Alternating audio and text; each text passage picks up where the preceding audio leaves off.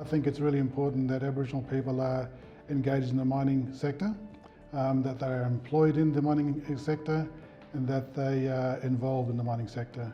And the reason is because the mining sector has a big impact on Aboriginal people. Basically, the mining sector has a big impact on the state of WA and Australia as a whole. But as we break it down, a lot of the mining activities are out in regional areas, and a lot of those areas, all those areas are a big impact on Aboriginal communities and Aboriginal people. And with native title as now in place, a lot of people want to be caring for land, a lot of people want to be on the land, and mining companies and past releases also about mining companies want to develop land.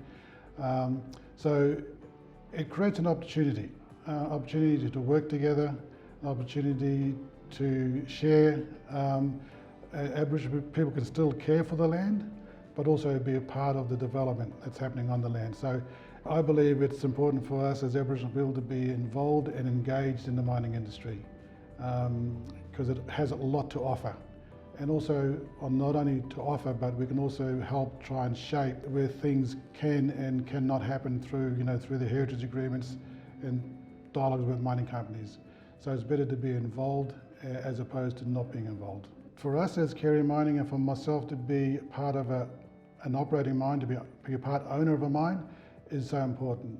I've been working in the mining industry all my life, and as you look around Australia and you find and see where mining is happening and how much Aboriginal involvement is happening within mine ownership is limited to basically zero. So there's not much happening in that space at all, if not anything.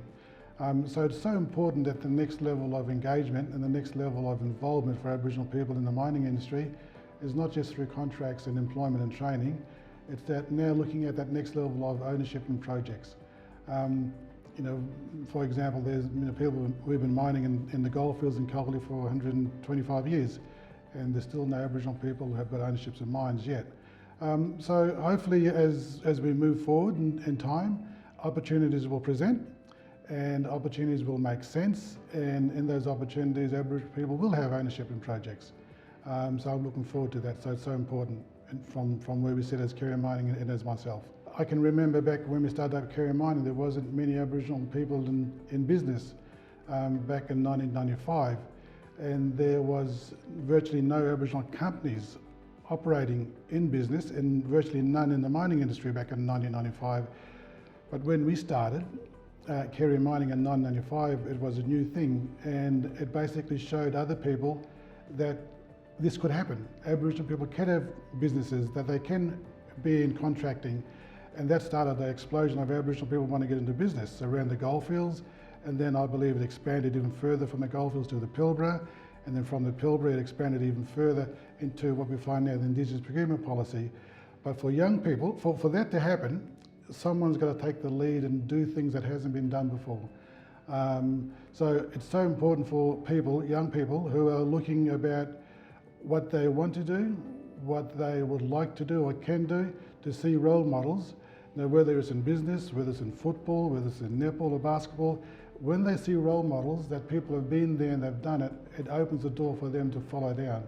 So I'm hoping in business and being involved in mining that young people who come after me can say, well, if he's done it, I want to do it. And it can be done.